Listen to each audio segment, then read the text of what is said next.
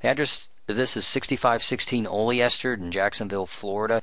It's a rent-to-own for only $750 a month. It's an 1,800 square foot 3-2 house. I know a lot of times people hear the $750 and they're trying to figure out what the catch is. Well, the catch is you really have to want to own it. I mean, we don't, people think a rent to own sometimes is like a rent-a-center where you just pay rent until you own it. That's not it. It's rent until we get you approved for a mortgage.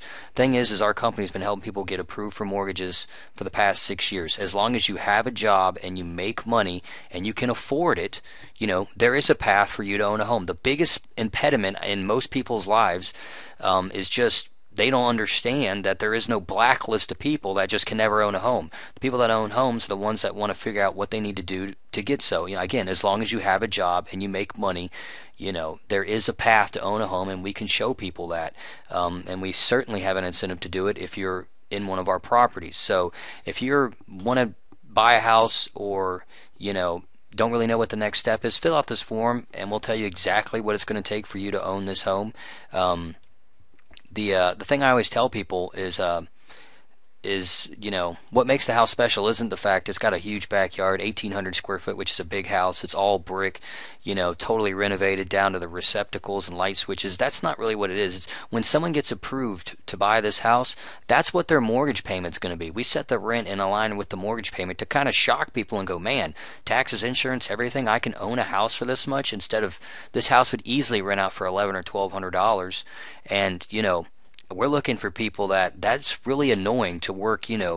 How many months out of the year do you work just to pay all your rent to your landlord? We're looking for people that want to take advantage of the times right now.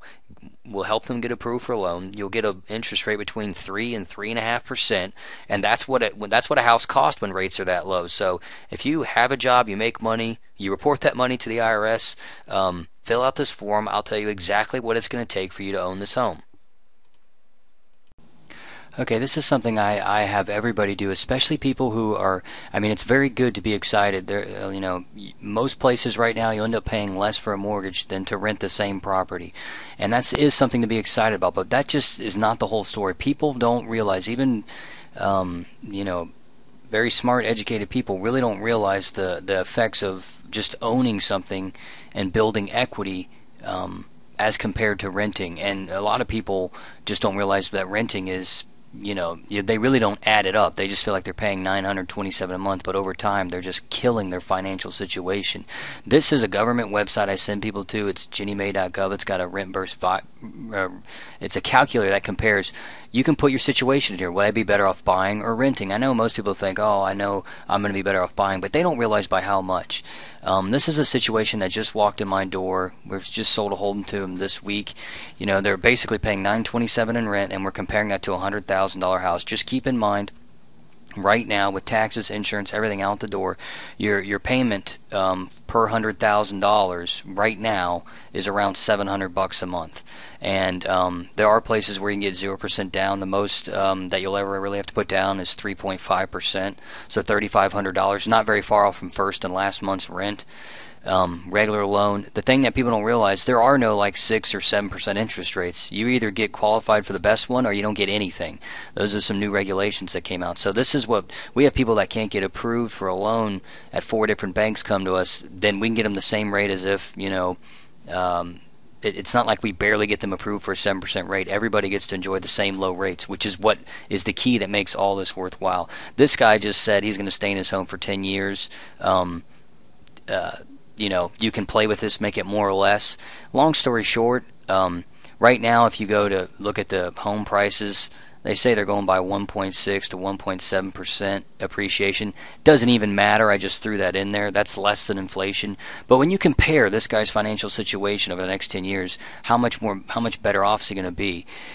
Buying puts him $90,000 to the better, because that takes the amount of money he's saving on, the difference between paying a $927 payment and like a $700 payment, plus very small appreciation, plus the fact that you forget your mortgage payments at $700 for 30 years. It's not like rent where it keeps going up and up and up. And just paying off a little bit of the mortgage, you've got equity. So it's not like most people just don't realize $90,000 for the next 10 years. How much money when you go to move from one rental to another, it's not like you get paid. When you have a house and you move from one place to another, you get paid. This is why people invest in homes and rent them out to people, because you're doing this for them. It's not just a little bit of money, it's a lot. How many months out of the year do you work just to pay somebody else's mortgage? And if you don't think houses are appreciating, put it at zero. It doesn't matter. I mean, you'll never know, but you just can't get ahead renting. I think everybody knows that, but when you come and play with this, you really start to realize, man, I am just a gerbil in somebody else's maze. Even if you're staying somewhere 5 years and a house doesn't appreciate, you're still coming off so much better than buying. So if that's something that bothers you, then this is a service for you. If you have a job and make money on some time scale, you can be the person owning.